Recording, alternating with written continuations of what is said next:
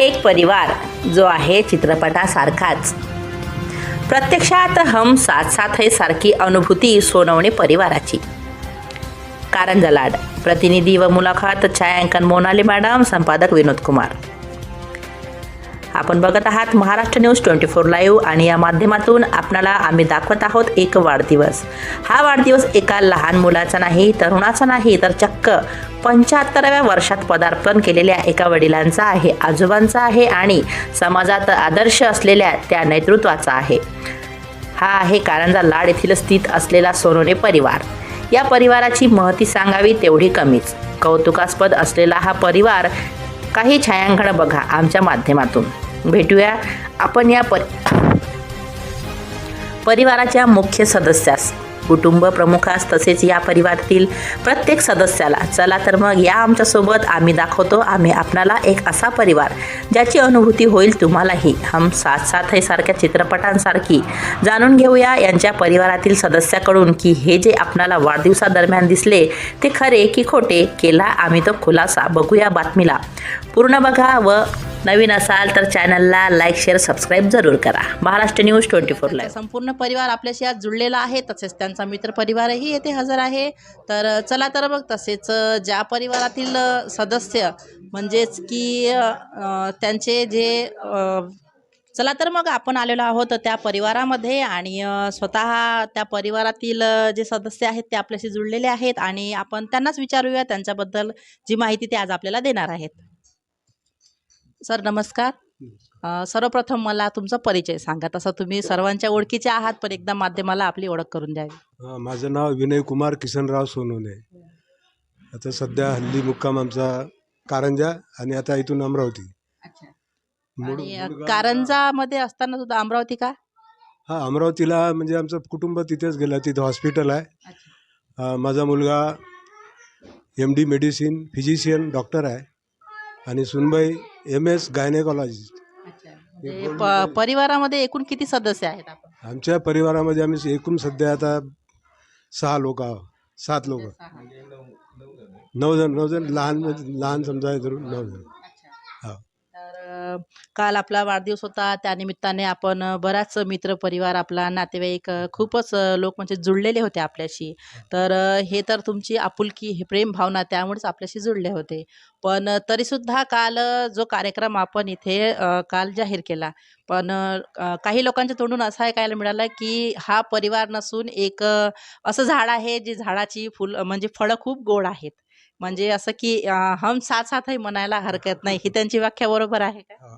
हो, बरोबर आहे, योग्य आहे. कारण की आम्ही एकत्रित कुटुंब आहे आणि आम्ही एकोप्यानं आम्ही सगळं हे कार्यक्रम वगैरे कोणतेही कार्यक्रम आम्ही एकोप्यानं करतो सगळ्यांच्या संमतीने. आणि काल जो कार्यक्रम झाला आणि काल वाढदिवस होता आणि मी ठरवलं होतं की आपल्याला वाढदिवस काही फार मोठा चांगल्या असं याने करायचा नसून म्हणजे एखाद्या आपल्या ह्याच्यामध्ये म्हणजे अनाथालयामध्ये म्हणा किंवा आपल्या वृद्धाश्रममध्ये. तर माझा विचार झाला की वृद्धाश्रममध्ये आपण गाडगेबाबाच्या तिथे आपण वृद्धाश्रममध्ये जायचं, तिथे आपण आपला म्हणजे वाढदिवस साजरा करायचा आणि त्यांना आपण तिथंच त्यांना कपडे गोडधोड त्यांना आपण जीव घालायचा आणि काही दान द्यायचं, असं माझं एक मत होतं.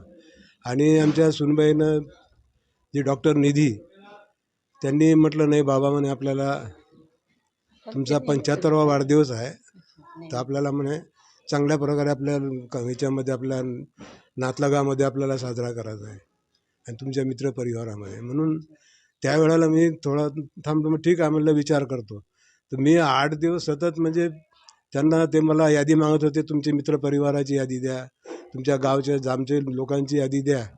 पण मी 8 दिवस ते थांबवलं. मी काही शेवटी मग तेच मग मुलगा आपला डॉक्टर म्हणाला की पप्पा तुम्ही ते यादी लवकर देऊन टाका ना, म्हणजे आपल्याला ॲडजस्ट करता येईल, म्हणजे आपला किती लोक आहे काय. म्हणून मग त्यानंतर मग मी विचार केला ठीक आहे तुमच्या इच्छेप्रमाणे करा. आणि आम्ही याच्यामध्ये आमचा कोणताच रोल नव्हता. ते काल जो कार्यक्रम झाला हे डायरेक्टर म्हणून आमची सुनबाई डॉक्टर निधी आणि मुलगा डॉक्टर नितीन, या दोघांनी तो कार्यक्रम आयोजित केला आणि त्यांच्याच कशा ह्या पद्धतीने त्यांनी कशा प्रकारे आम्हाला साजरा करायचा आहे. ते म्हणे पप्पा तुम्ही याच्यामध्ये तुम्ही कोणत्याच मनाचं मन घालायचं नाही, आम्ही सर्व करतो. मग त्यांनी सगळं ते अरेंज केलं आणि तिचे मित्रपरिवार त्यांचा मित्रांनी ते या ठिकाणी म्हणजे त्यांचे असेच म्हणजे देशमुख वगैरे असे इतर समाजाचे हो त्यांनी सगळं जे सहकार्य केलं आणि ते सगळं जे सहकार्य केलं आणि त्यांनी तो आयोजित केला. म्हणजे असं म्हणायला हरकत नाही की समाजाची लोक तर तुमच्याशी जुळून आहेतच, पण इतर समाजही आपल्याशी जुळलेला आहे. पण या समाजासाठी आपण काही देणं लागतंय, बरोबर? तर आपण असं काही कार्य केलेले आहे जे समाजाशी आपल्याला निगडीत होतं. तर आपण काय कार्य केलं आणि त्याबद्दल थोडक्यात माहिती माध्यमाला सांगावी. मी डॉक्टर बाबासाहेब आंबेडकरांच्या विचाराचा माणूस आहे. बाबासाहेबांनी फार कष्टातून आपल्या समाजाला वर आणलं. त्यांनी त्यांचं एक हे होतं की आपल्या कमाईचा 20वा भाग आपल्या समाजकार्यासाठी दान केलं पाहिजे. ह्या विचारानं मी आपल्या काही समजा आता ज्या विद्यार्थ्यांना पुस्तके नाहीत, जे शिकू शकत नाहीत, त्यांच्याजवळ पैसा नाही, काही लोकांची इच्छा आहे किंवा त्यांना फॉरेनला जायचं आहे आणि त्यांच्याजवळ पैसा नाही.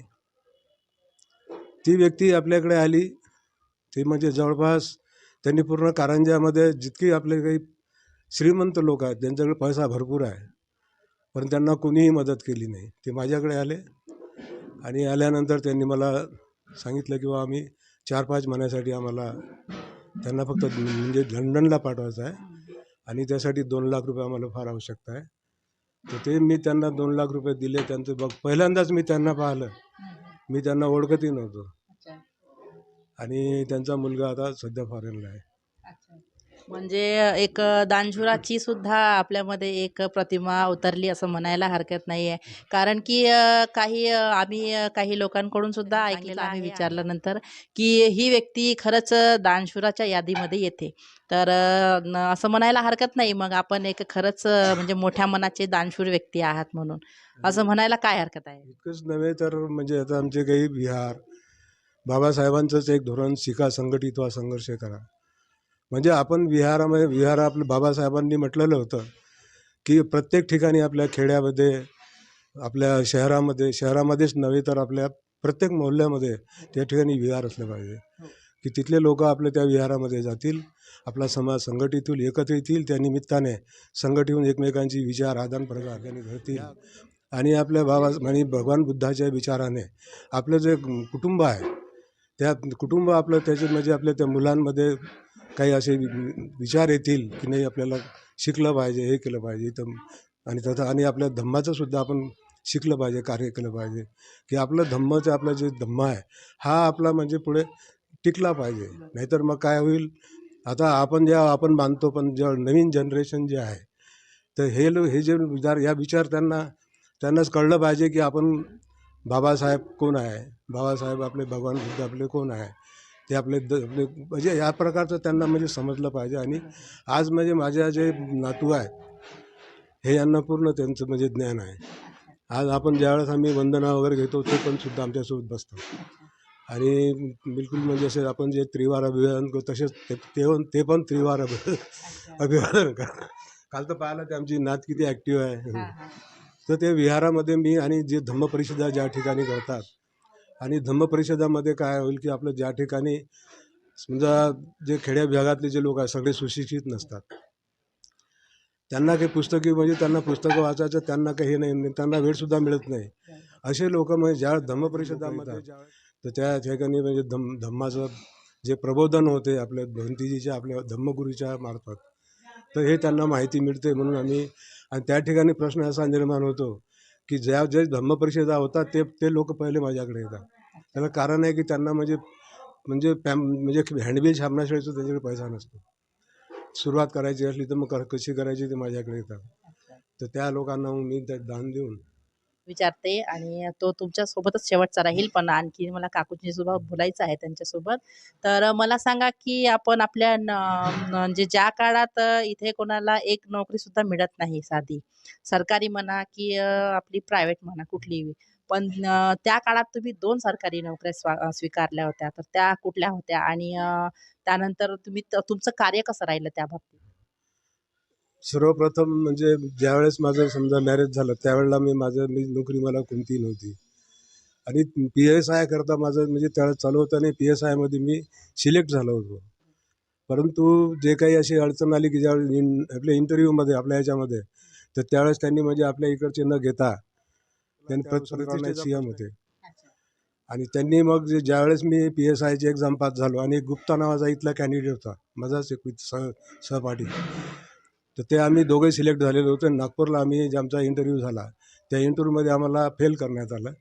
कारण की त्यावेळेस म्हणजे वसंतराव नाईकांनी IG वर दबाव टाकलेला होता की आमचा असा एक हे कॅन्डिडेट पण घ्या आणि ते IG असे होते की त्यांनी म्हणजे कोणत्याही प्रकारचं म्हणजे आपल्या शासनाचं म्हणा किंवा आपल्या जे संत्र्यांचं बिलकुल ऐकलं नाही आणि त्यांनी मग काय केलं की ते पूर्ण यादी रद्द केली आणि पूर्ण असं औरंगाबादचे 11च लोक होते. इतक्या भरत्या होत नव्हत्या PSIच्या. बस मोठ्या मुश्किलनं फक्त 11च्या आतच भरत्या व्हायच्या. आजचा परिसर असा आहे की आज 1,500 2,000 हजार भरत्या निघतात. तर तरी पण मी त्याच्यामध्ये त्यावेळेस मग मी हार मानली. त्यावेळेस म्हणजे आता आपलं काही शक्य नाही आहे कारण की आपण पास झाल्यानंतर सिलेक्शन झाल्यानंतरही म्हणजे यादी रद्द केली. तर त्याच्यामुळे मग मी आता काहीतरी आपल्याला धंदा पाहिजे. घरी आपल्या शेती होती पण ते आपल्या शेतीचं काय आहे तर एवढं काही माहीत आहे आपल्याला शेती काय कशी म्हणजे राहते म्हणून. कास्तकाराचं जीवन म्हणजे फार वेगळं आहे. तर शिक्षण मी माझं B.Com पर्यंत शिक्षण झालेलं आहे. तर त्यावेळेला मग मी इरिगेशनमध्ये काही माझे मित्र होते त्यावेळेस पापालाल डिंडुळे ते त्यावेळेस आमदार होते. तर त्याला मग मी तिथला आपल्या व्यायामशाळेचा म्हणजे असं म्हणायला हरकतच नाही ना की ते आता खूपच मृदू मुलायम झालेले आहेत असं म्हणायला. खूप चांगलं झाले आहेत.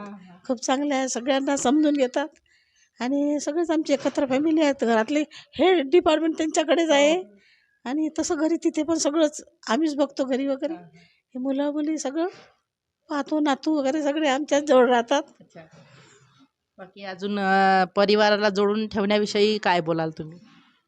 परिवार जुळून म्हणजे माझे कसे दोन्ही मुलं चांगले आहेत. दोन्ही मुलं आहेत, दोन्ही सुना आहेत आणि मुली जावई सगळे चांगले आहे. कसे थोडंसं एकमेकाचं काही थोडंसं कमी जास्त झालं तर ते थोडंसं ॲडजस्ट करायचं आहे ना. कधी आपलं काही होते कधी त्यांचं होते काही असं तर ते आणि ते तर माझी सून खूपच आहे एक म्हणजे खूपच चांगली आहे असं. मुलगा चांगला आहे असं. दोन्ही मुलाचं ते डॉक्टर आहे, मॅडम डॉक्टर आहेत. याचं मेडिकल आहे. एक सूनबाई घरी असते. तसं आमचं एकत्र फॅमिली आहे. हो सगळे आम्ही 9 जण चांगले राहतो. आमच्या नातांनाही तेच आहे की त्यांनाही तसंच पाहिजे. बाकी आमच्या माध्यमामधून तुम्ही आज तुम्हाला अख्खा महाराष्ट्र पाहत आहे. असेच नातेवाईक म्हणजे काय अशा कुटुंबांना तुम्ही काय संदेश काय द्याल? नाही कसं आहे सगळ्यांनी जुळून राहायला पाहिजे. कसं आपले मोठे असे एका याने होत नाही. समजा एक वेगळं राहिलं तर कोणी आपल्याला फोडू शकते किंवा काही होऊ शकते असं. पण सगळे मिळून राहिलेत एकत्र राहिलं तर आपला दबाव पण राहतो आणि चांगलं आहे असं. ताई आलेल्या आहेत आपल्याशी इथे बोलण्यासाठी. ताई काय सांगाल तुम्ही आई बाबा आणि आत्तापर्यंतचं जे परिवारामध्ये असं जे काय चांगल्या काही वाईट गोष्टी घडत गेल्या तर आत्तापर्यंतच्या हा जो जीवन प्रवास आहे तुमच्या संसाराचा तुमच्या परिवारातला त्याबद्दल काय सांगाल? सगळं चांगलंच झालेलं आहे. वाईट तर काही असं नाहीच आहे. सगळं चांगलं होत गेलं आहे आणि खूप छान कुटुंब मिळालं आहे मला. म्हणजे मी चांगल्या कुटुंबात जन्म घेतलेला आहे आणि म्हणजे लहानपणापासून सगळं आम्हाला असं कुठल्याच गोष्टीची कमी झालेली नाही. म्हणजे कमी पगाराची नोकरी असूनसुद्धा आम्हाला सगळं सुखसुविधा ज्या आहेत त्या सगळ्या पुरवलेल्या आहे आधीपासून. जसे कॉलेजला गेली लगेच 11वीला गेल्याबरोबर आम्हाला स्कूटी लुना घेऊन दिली. तेव्हा लुना राहायच्या ना. लुना मिळाली. नंतर शिक्षणामध्ये पण खूप सपोर्ट केला आहे. जे करायचं ते करा म्हणून सगळं. म्हणून माझं MSc B.Ed झालं आहे. B.Edसाठी पण मुलगी असून माझ्यावर विश्वास ठेवून त्यांनी मला मुंबईला पाठवलं. एक त्या काळात म्हणजे असं राहायचं ना थोडंसं आधी की विश्वास असणे मेन आहे. म्हणून पण मम्मी पप्पा दोघांनी मला खूप सपोर्ट केला आहे आणि सगळ्यांनाच म्हणजे कमी पगारातून नोकरी करूनसुद्धा मुलं एकदम चांगले शिक्षित केलेले आहे. भाऊ डॉक्टर झाला, माझं शिक्षण छान झालं, ताईचं झालं ग्रॅज्युएशन, लहान भावाचं झालं आहे. म्हणजे आम्हाला कमी कुठलीच नाही. लहानपणापासून आम्ही कधी चांगलेच बघितलेलं आहे, वाईट असं कुठलंच नाही.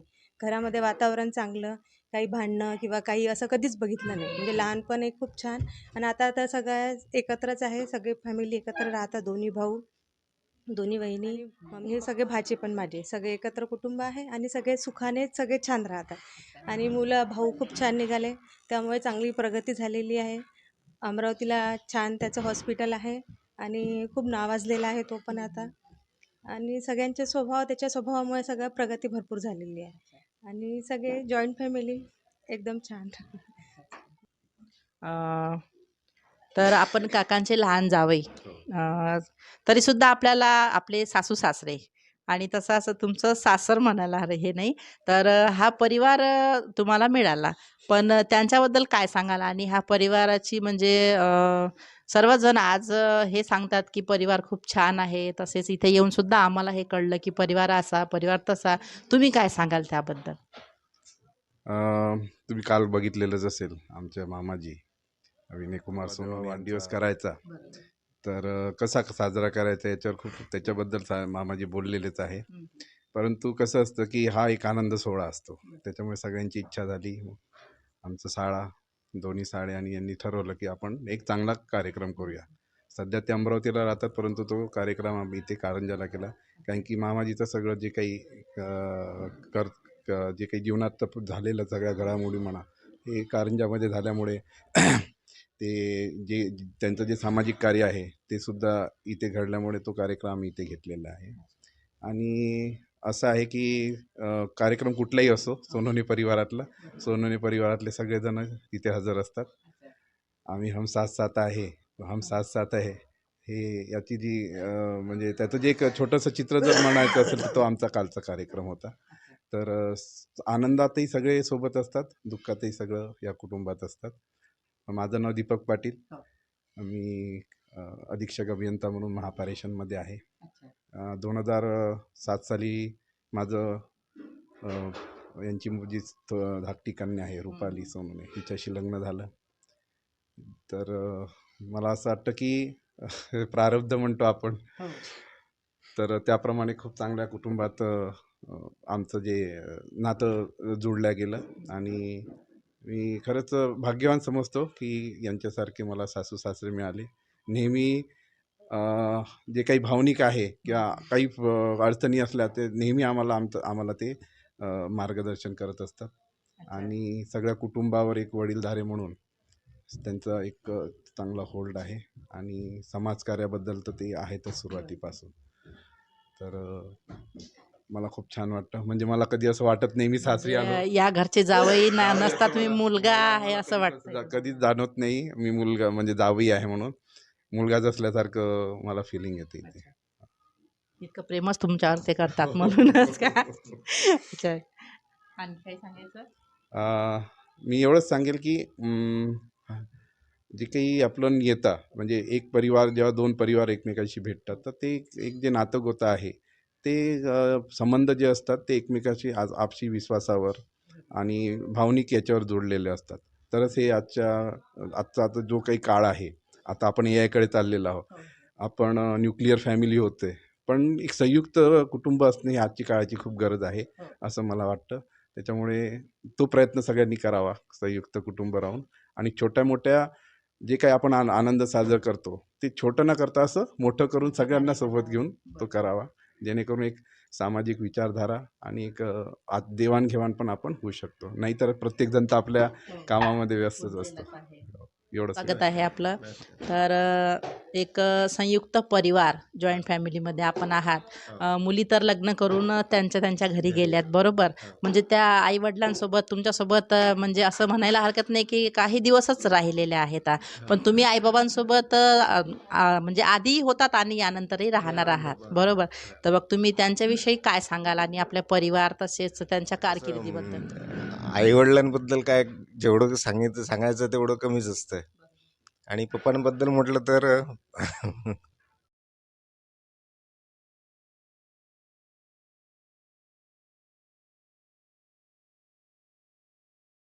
आणि समाजात पण त्यांचं खूप प्रतिष्ठा आहे.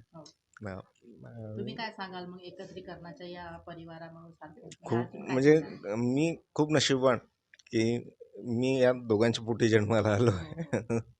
आणि एकत्र कुटुंब म्हटलं ना तर एकत्र कुटुंब हे खूप चांगली गोष्ट आहे. म्हणजे आता आम्ही म्हणजे माझे दादा, मम्मी पप्पा, माझ्या वहिनी, माझी मिसेस, माझे 2 पुतणे, माझा मुलगा, आम्ही 9 जण आहे समजा. आम्ही 9 जण आम्ही सोबत राहतो. आणि म्हणजे एक तसं असायला पाहिजे. एक आजच्या पिढीत म्हणजे कसं झालं आहे की कोणी असं वेगळं राहायला पाहतात. म्हणजे एकत्र पाहिजे नाही कोणाला. दिसतच नाही हां, कुटुंब दिसत नाही किंवा कोणाला सासू सासरे पाहिजे नाही जवळ. तर म्हणजे एक आमचं घर पाहून समजा मी असं म्हणणार नाही आदर्श घ्या म्हणून, पण एक म्हणजे हे आहे माझं म्हणजे सांगणं आहे की एकत्र राहणे हे म्हणजे एकमेकांना आधार पण राहतो आणि एकमेकाच्या सुखदुःखात आपण म्हणजे कधी पण धावू शकतो, मदतीला राहू शकतो आणि काही अडचण असली अडचण आपण मनापासून सांगू शकतो. आणि ते जर वेगळं राहिलो आपण तर या गोष्टी घडत नाही. म्हणजे समजा वेगळं जर राहत असलो तर म्हणजे ते तिथे आईवडील नसतात. तर मग जे मनातल्या गोष्टी असतात, मनातल्या भावना असतात, त्या आपण म्हणजे सांगणार कोणाला हा पण प्रश्न पडतो. तर माझं तर मत आहे एकत्र राहणे म्हणजे या पिढीसाठी म्हणजे येणारी पुढील पिढी पण त्यासाठी हा संदेश राहील की बा एकत्रच राहायला पाहिजे. पण विषयी सांगायचं म्हणजे मी खूप नशिबाने आहे की माझे मम्मी पप्पा आहेत आणि बस. 2 शब्द परिवारासाठी. मी नीता सुशील सोनवणे यांची लहान सून. मी आहे लहान, पण कसं म्हणजे इतकं प्रेम मिळालं मला. म्हणजे मोठे भाऊ, मोठी बहीण समजा म्हणजे ताई आहेत, म्हणजे माझे जाऊ त्यांच्याकडून पण खूप प्रेम भेटते. आणि बालीताई, पिंकीताई हे पण माझ्यावर खूप प्रेम करतात. हे तर आहेतच समजा. कसं आहे, आई बाबा जन्म देतात, सासू सासरे जे असतात ना, यांच्या रागातून, यांच्या बोलण्यातून खूप काही शिकायला. हे मला बोलतील समजा, पण खूप शिकायला म्हणजे काय सांगू नाही शकत. म्हणजे यांच्यावर मी खूप प्रेम करते, खरं नाही सांगू शकत.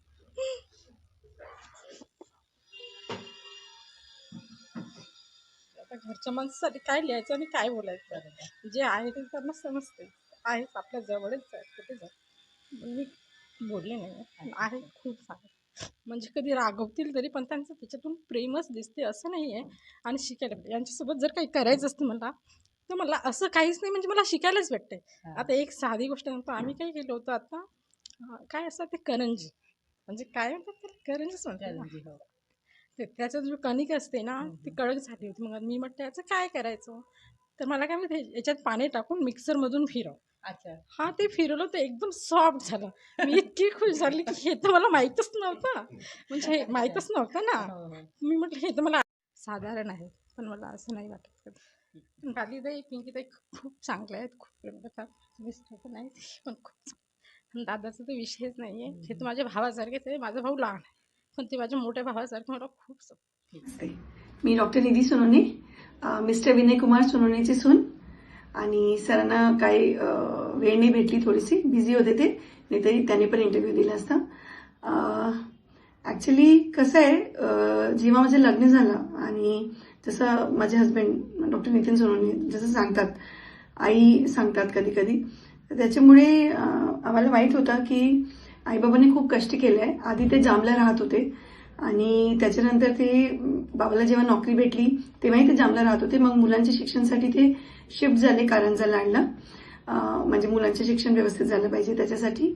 आणि त्याच्यानंतर शिफ्ट झाल्यावरही समजा त्यांची पेमेंट जास्ती नव्हती, पगार जास्ती नव्हती आणि त्याच्यामुळे त्याने सगळं स्वतःसाठी कमी कमी ठेवून 4 मुलांना व्यवस्थित शिक्षण देणं, व्यवस्थित सगळं त्यांना त्यांचं सांभाळणं करणं आणि स्पेशली नितीनच्या त्या एज्युकेशनसाठी खूप त्यांना लागलं असेल, कारण की ते बाहेर जाऊन शिकले होते मुंबईला आणि मग नागपूरला. तर तेव्हा त्यांना भरपूर कष्ट झाले असेल डेफिनेटली, पण ते असं काही खूप सांगत नाही, पण ते त्यांचे गोष्टीने आम्हाला समजते.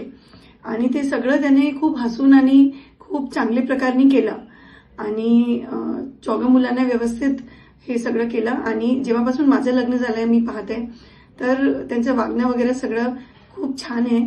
स्पेशली बाबाच्या तर त्यांची पर्सनॅलिटीज खूप छान आहे. ते सकाळी उठतात, सकाळी व्यायाम करतात, नियमित रूपाने व्यायाम करतात. पाऊस असेल काय असेल तरी त्यांना कधी कधी खोकला होतो, ॲलर्जीचे प्रॉब्लेम होतात, तरी ते एकदम चांगलं म्हणजे स्वतःची काळजी इतकी चांगली घेतात, व्यायाम करतात, फिरायला जातात आणि स्वतःच्या जेवणावर त्यांच्या इतकं चांगला कंट्रोल आहे. म्हणजे हे वयमध्ये पण ते इतके छान दिसतात. लोक विचारतात आम्हाला असं रिटायर्ड आर्मीचे सारखे दिसतात ते. तर खूप छान वाटते त्यांना पाहूनही इतकं चांगलं वाटते. त्यांचे 75th बर्थडे करायचं हे एक मोठा एक कारण होता, कारण की ते एकदम फिट आणि इतके चांगले, त्यांचा स्वभावही खूप छान आहे आणि शांत आहे एकदम. आपल्या याच्यात राहतात, गाणे गाणे म्हणत राहतात मध्ये मध्ये. छान हे आहे त्यांचा स्वभाव वगैरे. आणि आईबाबाचे एकमेकांशी प्रेमही खूप चांगलं आहे. म्हणजे त्यांचा जो एक कपल असतो हे वयामध्ये कशा एकमेकांशी राहायला पाहिजे ते आम्हाला त्यांना पाहून समजते की एकमेकांशिवाय त्यांचं मन नाही लागत, एकमेकांना ते एकदम सपोर्ट करतात. ही खूप चांगली गोष्ट आहे. आणि अजूनही आम्ही पाहतो की कसं मी डॉक्टर आहे, माझे हस्बंडही डॉक्टर आहेत, आम्ही बिझी राहतो, दोघांची इमर्जन्सी ब्रांच आहे.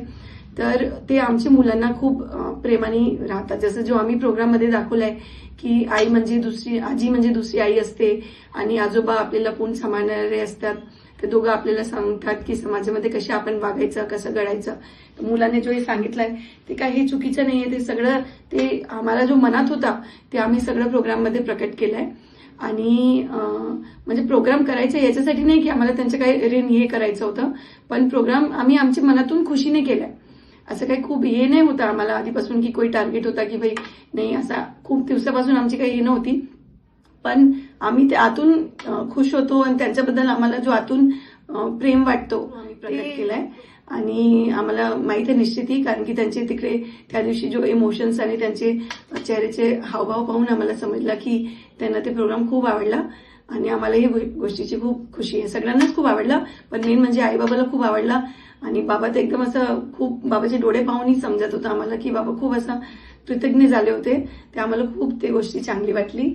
आणि ते कसं आहे, आमची फॅमिली तशी 2 ताई आहे आमची, एक नाशिकची एक पुणेमध्ये राहतात आणि भैया आमच्या सोबतच आहे आणि आम्ही आहो. असं 4 मुलं आहे आईबाबाला आणि आम्ही सगळे त्यांचे मुलं वगैरे, नाते वगैरे. तर आम्ही सगळे मिळून आणि सगळे खूप प्रेमाने राहतो. आणि हे प्रोग्राममध्ये ते सगळं खूप सुंदर असं दाखवण्यात आलं. ते मला इतकी कल्पना नव्हती, पण ते सगळं खूप सुंदर दाखवण्यात आलं ते. आणि तो प्रोग्राम खूप छान झाला आणि आईबाबाला त्याची खूप खुशी आहे. आणि इतके वर्ष त्यांनी जो कष्ट केले त्याच्यानंतर त्यांनी ही प्रोग्राम जो आम्ही त्यांच्यासाठी केला, तर आम्हालाही समजते की ते आतून खूप भरून आले असेल डेफिनेटली. पण त्यांना खूप चांगलं वाटलं आणि त्यांना त्यांच्यासाठी ते खूप असं पुरे जीवन का जसे शेवटी मध्ये आपल्याला असं वाटते ना की आपण इतकं छान जीवन जगलो आणि शेवटी आपल्याला सगळे असं थँक्स गिव्हिंग करत आहे, तर त्याच्यासाठी आपल्याला खूप चांगलं वाटते. तर आम्हाला असं वाटतं की सगळ्यांनी इतकं चांगलं वागायचं की सगळ्यांची मुलांनी त्यांच्यासाठी इतकं छान आणि प्रेमाने असं प्रोग्राम करायचं आणि असं थँक्स करायचं त्यांना. थँक्यू. तुमचा त्यांच्यासोबतचा सहवास, तसेच त्यांच्या परिवाराविषयी आणि त्यांच्या कामाच्या कारकिर्दीविषयी, त्यांचा स्वभाव याविषयी तुम्ही काय सांगाल? सर्वप्रथम मी हे सांगू इच्छितो की आदरणीय मी प्राध्यापक संजय भगत इथं मागील साधारणतः 29 वर्षापासून मी इथं वास्तव्यात आहे. आणि आदरणीय सोनूने काका म्हणतो मी त्यांना, कारण माझ्या वडिलासमान आहेत ते, माझे मित्र नाही. तर मी साधारणतः 96 पासून त्यांच्या सहवासामध्ये आहे. आणि सोनूने काकांचं एक कार्य पाहून आम्ही प्रबुद्ध भारत समिती आमची एक इथं कार्यरत आहे, ज्यामार्फत आम्ही श्रावस्ती बुद्ध विहाराची स्थापना केली आणि खूप चांगल्या पद्धतीनं एक खूप छान उदाहरण आपल्या माध्यमातून आपल्यासमोर आज आलेलं आहे. आणि असं एकत्रित असणारं कुटुंब क्वचितच पाहायला मिळतं. तसेच आम्ही आमच्या माध्यमानुसार प्रेक्षकांना हे सुद्धा सांगू इच्छितो की तुमच्याकडे जरी एकत्र कुटुंब कुठे असेल, तुम्हाला वाटत असेल की हो आमच्याही परिवारात एकत्रितपणा आहे, आमचंही कुटुंब एक जॉईंट फॅमिली म्हणूनच आम्ही आहोत, तर आम्हाला नक्कीच कळवा. आणि या परिवाराविषयी आपल्याला काय वाटतं हे कमेंटमध्ये नक्की